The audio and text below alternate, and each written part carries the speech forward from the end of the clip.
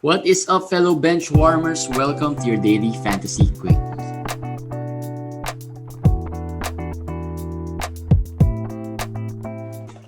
What's up, guys? It's midweek in the last week of fantasy basketball, and today in this quickie we'll do a little something different because we realized that from head-to-head battles, there's really not much to talk about other than players you can stream, or maybe players you can add, unknown players that maybe you can add, and maybe some good performances for the week, for today.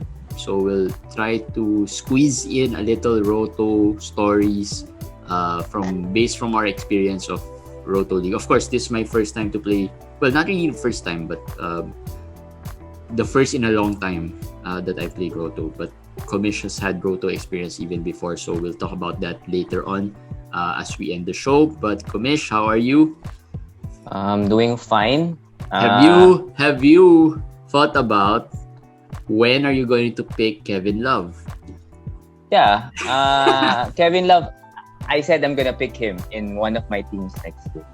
So I might pick him in the auction draft or in FPW League. Depends. Whichever happens first. Whichever draft goes first. The auction is the safest. Yeah, I think so. No, it might be safe. It might not be safe. Depends. No, because Jeremy might play with me and then bid 100. So that's not safe.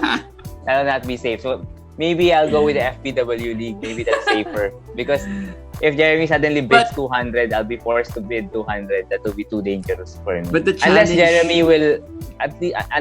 unless Jeremy will agree here that he's not gonna bid up Kevin Love, then maybe the auction league will be possible. I will bid for Kevin Love twice. Once, just once. But just if you once. do that, I may decide not to pick him there, and it will be left to you because I can pick him somewhere else. No, you can't do that. I'll just bid once. I can do that. But let's see. I mean, we don't know where Kevin Love would land. So for those who didn't know what we're talking about, Kevin Love, 18 games ago? Right? I think it was 20 games ago. Yeah, 20 games ago. Came back, right? And yes. We were guessing if he'll still be able to play lots of games or be a difference maker, in other words, for the fantasy. Yeah, for fantasy this year. He asked, Eric asked me how many games do I think Kevin Love would play? And I told him 16 more games. And that was, I think they only had around 21 more games left, right? Yes, correct. So he's played more than 17. He's played games. 17, he's missed 2. Surprisingly, he's already played 17 games already. No. He's played 16. He has missed 2. So there's 2 more games left. Yeah. So if he had missed today's game and 2 more, Jeremy would not have reached the magic number. Because he missed 2 of the last 3. Yeah. But he played today. He played. And not only played. His best game of the year. And you know what's worse? I'm against him in the finals in another league. Yeah. So 30 points, 14 rebounds, that was big. That was very big. And that's big. That's like Minnesota Kevin Love numbers. And he never did that this year. He never even reached 20. No, he has. Very rare. I haven't remembered him reaching 20. At least one game, maybe. Maybe one for the whole year, and he gets 30 and 15 or 14 at the last day, the last week. So that's how it is in fantasy at times. You really can't know. Let's talk a little bit about Kevin Love. So Kevin Love, throughout the past few games he's played, I think he's played relatively okay. Right? He's a rosterable player, definitely. Yes, Kevin Love is a rosterable player. If he's not injured, at the very least, he's gonna give you a double-double. I mean, not 20-10 double-double, but 10-10, 12-10. A solid 10-10, yes. With a three-pointer here or there. So, not bad. So, would he be someone you can still pick up next season, or someone you probably would stay away from? I would stay away from Kevin Love. Now we don't know what will happen with him in Cleveland if they want to trade him, of course, but if they can trade him, that's number one. Number two, the injuries history will not get better next year. It will not get better next year. So I'd stay away. Maybe if you tell me this year people picked him because he dropped to, I think, 5th, 6th, sometimes lower.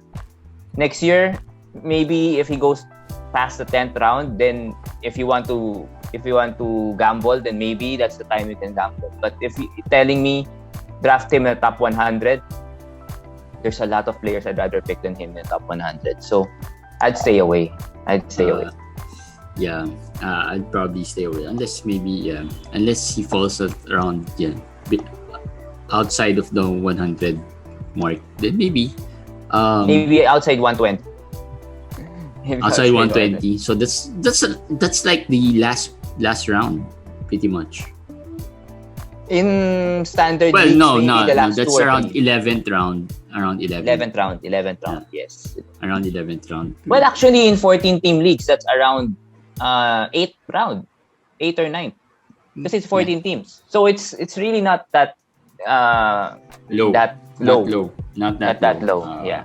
But if it's that 8th round, I'd like him at around 10, 11 maybe, where the risk is lower. But I doubt. I would think someone would pick him up. The injury history. I think this year people have learned their lesson. Yeah. And I would add Victor Oladipo here, because since we're talking about players like Victor Oladipo like is out for the rest of the season, even the playoffs. So he won't be there in the playoffs. And Miami just clinched, right? The 6th spot. So yes, there would be a lot of players who will be interesting to see in next year's draft. Kevin Love, Victor Oladipo, John Wall. Well, Kelly, if he stays in Houston and they don't add a big man, I think he's okay. But it depends on his. You will be clear with Kelly where he goes, where he signs. Yeah. You will be clear where to pick him. But the Kevin Love, the John Wall, the Victor Oladipo, and then the comebacking injured players like Clay, like Fultz, like Jonathan Isaac. Yeah. It's gonna be really, really interesting draft next year with all these question marks. Yeah. Blake Griffin is done, so maybe not Blake Griffin. Even Andre Drummond, actually. Yeah. So those are very interesting players. James Harden returned today. Yes. I think he nearly got a triple-double. Yes. A low-end triple-double. And he said he's just good at basketball. They asked him how he could do it. Just good at it. So, I like the arrogance. No, I think, top players know they're good. I mean, I've heard it in other players talk about this. Players like James Harden, those top guys, Kyrie, Kevin Durant, Kawhi, they are really good players. They are really great players, and they find a way. Whatever's the situation, they will find a way to either score or contribute. However, depending on their strengths of their game, right? But it won't be hard for these players to adapt and adjust because they're great players, and that's, I guess, what separates the great ones and the good ones. And Kristaps. Did Kristaps play Yes, today? Kristaps returned today with 21 minutes. He said he felt good. Dallas doesn't have any more back-to-back. Last 2 games for every team right now. Every team has 2 games left. Mm-hmm. So we're all in equal footing. There's no more 5 games, 3 games, or whatever. We're all in equal footing. There's some teams with 3 games left, Toronto and the other teams, but more or less we're all there. So Kristaps will probably play the last 2 games, but minutes restricted. But still, I guess if you have him, of course, you activate him. Harden, they don't have a back-to-back left as far as I know. So, he might play the last 2 games. I think he might play the last. The question mark there is Kyrie. Kyrie. They have a back-to-back pala. Brooklyn, they have a back-to-back left. But all right. Let's see. But I think James Harden might play that back-to-back because he needs the reps. The reps. He might come off the bench like today. Today he came off the bench. So The there. one player who did play is LeBron James. Yes. Is this worrying for you? LeBron James against Houston still did not play even a few minutes. He said that it didn't feel right yet. It's They LeBron. have 2 games left. So It's 2 games left. Yeah, it's worrying because LeBron is LeBron, and as I said in our weekly episode, I told our guest Kat that I feel this season is like the Kobe Achilles injury season, where Kobe forced himself to play, and then they got until the 7th seed. Yeah. That was with Dwight and Steve Nash that season. I'm not saying LeBron will get Achilles injury, but I feel like he's forcing himself. He's really just forcing himself to come back because he just needs to win. He just needs, his time is last 2 to 3 great seasons left.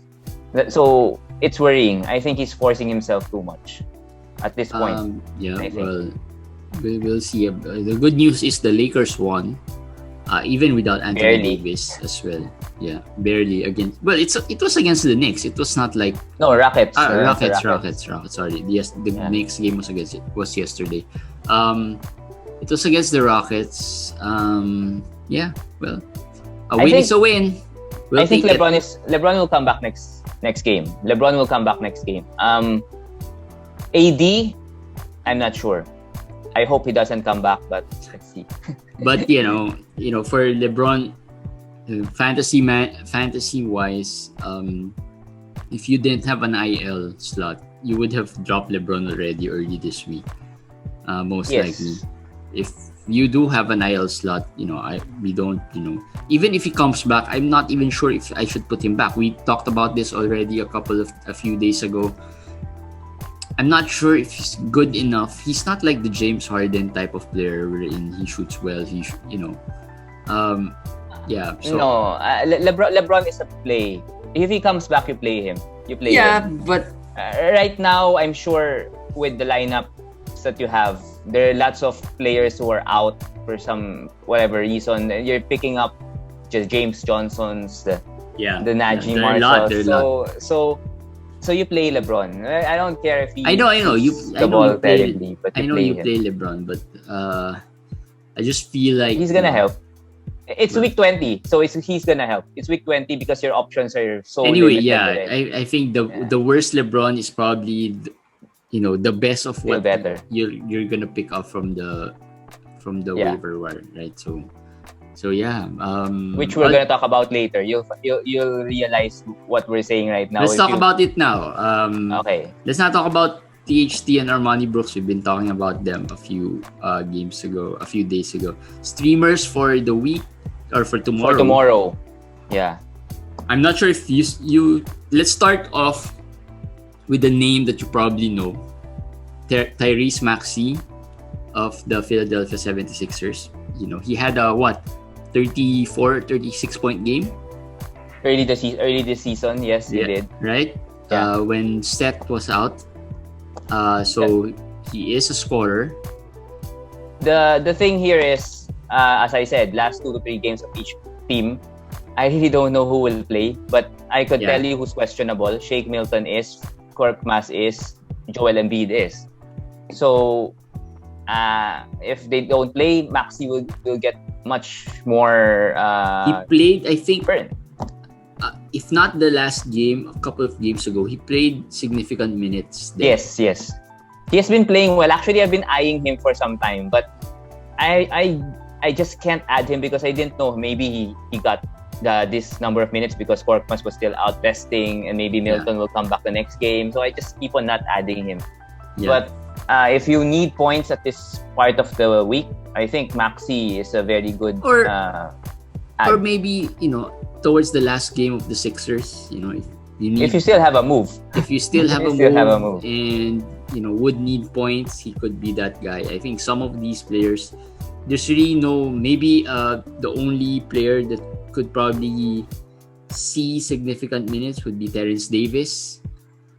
Terrence Davis, yes. Yeah, the safest among this list, right? Among that list, yes, Terence Davis is safe in my opinion. He has been really hot, and again, I'm playing him also in my final. So that's a bummer. But he's the sixth man of Sacramento. But one player in Sacramento you should look at is Chimezi Metu. Yeah. Am I correct? Yeah. Yeah, he has been playing as well. Metu will probably be safe also in the minutes department. I've gotten a lot of questions about Metu. Surprisingly, from everybody. Metu here, Metu that.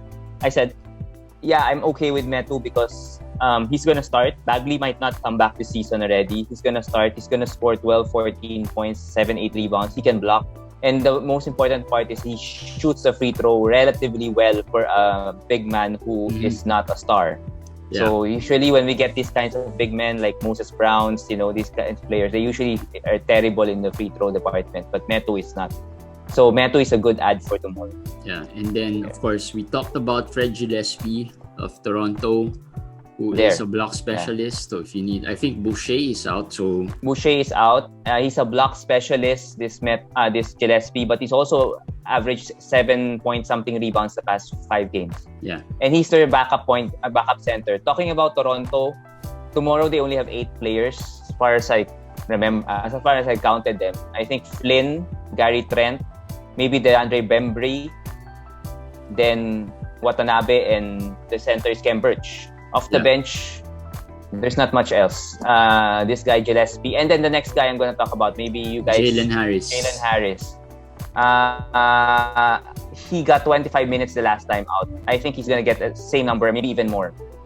And again, don't mind what kind of a player he is. He's a shooting guard who basically, is basically a shoot. He scores and he can play point. He's basically a rookie who's a combo guard. So right. We added him there, if you need that. I saw you add him in a Roto League. So just to have an option for tomorrow. Let's see what will happen. We are looking for some. So those are the streamers for tomorrow in case you still have a chance to add them. Now let's talk about a little bit about Roto, because we've been talking about head-to-head most of the year. There have been a few suggestions I've gotten that we dive into Roto next season. We'll probably do that. Most likely we'll do that. We'll find a segment for Roto, maybe a weekly segment. But let's talk about Roto now.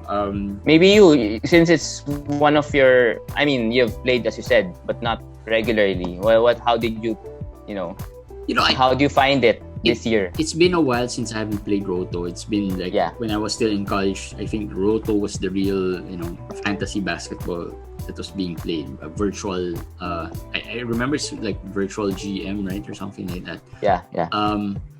So I understand the game more now, and I understand how, when it comes to drafting, you really have to draft a very well balanced team. Yes. I can only imagine how would you create a team wherein you have players like Giannis, for example, or maybe Westbrook, who's gonna kill you in the turnovers.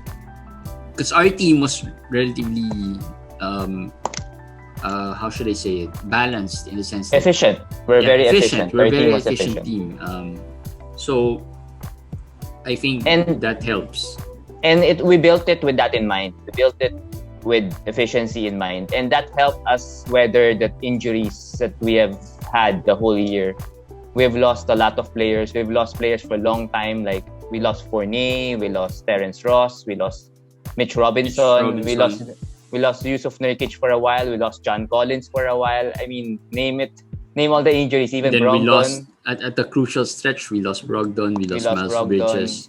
Yeah, Miles Bridges. So we've weathered all of those. We're still in contention. It's a toss-up at this point. But there, I on your part about how you could play Giannis in Roto, it's hard, but it doesn't mean you can't win. Though in fairness to Giannis, I think he has improved a lot in his free throws.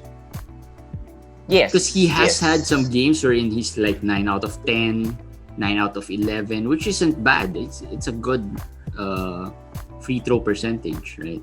But Giannis is a negative because he doesn't shoot threes. his turnovers He is high does also. now. But not in Not it's still a negative. consistently. Not Yeah, consistently. but in Roto, you don't count the fact that he shoots, let's say, 0.7 or 1.1. You don't count that as that because that's still not enough. That's still a negative, given that he's your star. Mhm. But you can win with Giannis in Roto if you make sure you get the maximum points in the categories he's strong at, which is basically field goal, basically rebounds, basically even points, even blocks. You have to maximize those categories. And our opponent in our league, he's kind of like the bottom of, I think, 3 points or something, but he's on top right now overall because he is number 1 in rebounds, assists, and steals, I think, something like that. So it can be negated. Those weaknesses can be negated. You can win. It's just hard if you suddenly get in, like Giannis gets injured, then you're in trouble.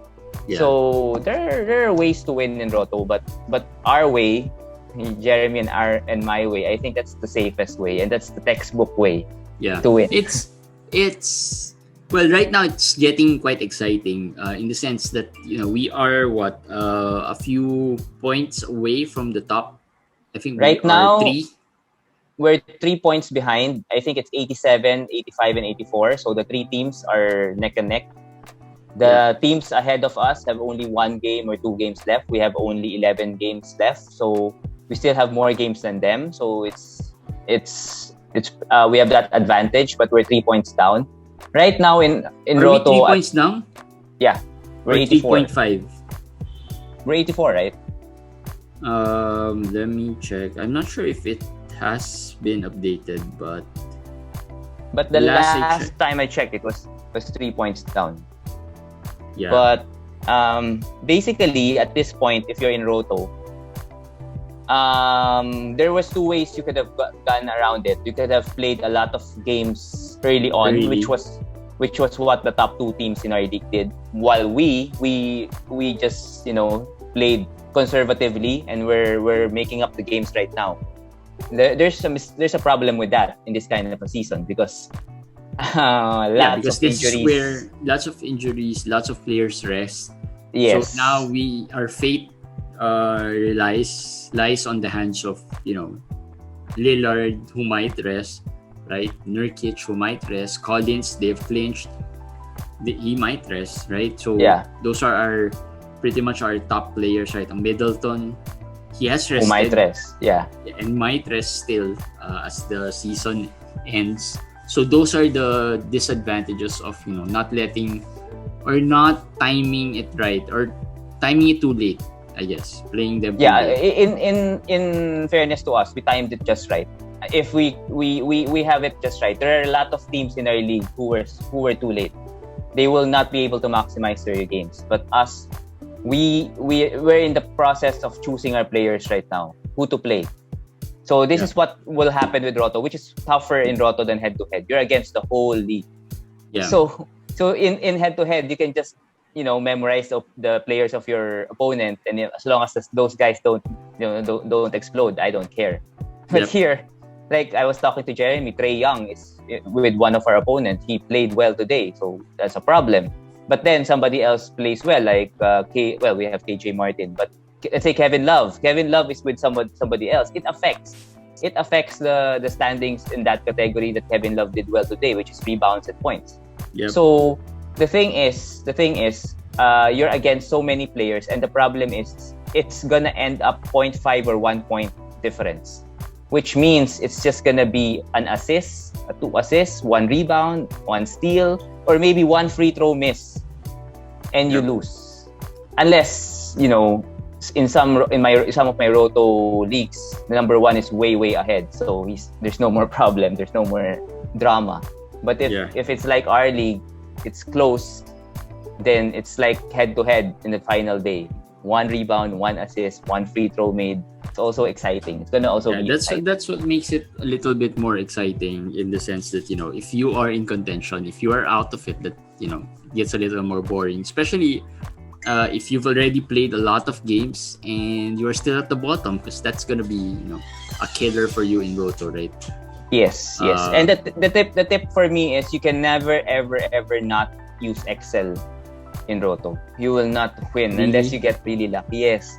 You have to export the stats. You have to put it in an Excel file.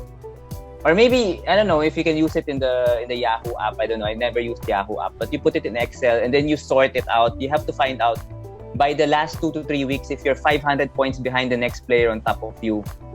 We're in containment mode. You look at the player on top of you. You look at the player behind you. If you're 500 points behind the player on top of you in points, but you're around 200 above the player below you, points is not going to be a consideration anymore. Like with us, with Jeremy and I, the steals was never my consideration anymore because we were way behind. Way behind.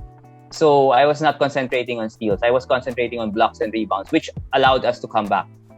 Because rebounds, we were, as Jeremy said, we were second to the last. But now we're around, I think, top 6. Yeah, I think we're 6th I already. think we have 8 points or 9. The blocks we were around 5th from the top. Now we're number 1.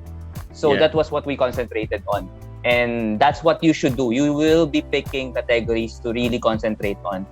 The categories that you can gain a lot of points. And blocks early on, I was able to pinpoint that blocks is the one that's we've got close. lots of centers and we That's made actually great ads. I think the ads are very crucial because we lost some players but we added some great ones as well. Like we added Miles Bridges, Nerlens Noel to replace Mitch Richmond. We were able to add Cambridge. Mo Bamba. Yep, Mo Bamba is another player. And then of course now with the Rockets guys, we added KJ Martin. KJ Martin. We had KPJ. Yep, and KPJ. So we've had really great ads throughout the season and we were first on those. I think it helps that we talk about it every day. At least we can be first on those players. And the one I'm mentioning, you really have to look at that. We were exactly 4 points in steals, 4 points in blocks 1 month ago. But I did not go for steals because, as Jeremy said, steals is more of a chance stat. It's really hard to come back with steals. And I saw the number 1, 2, 3, 4, 5 until maybe 2 points ahead of us was already 300 steals, 200 steals away. That's impossible to come back from. Yep. So if I'm gonna be able to catch the next player, the next team ahead of me, I'll get +1. That's useless. Then I cannot go higher anymore because that's too far. But blocks, the number 1 till us, that was seven managers difference, but we were just around 30 blocks behind number 1.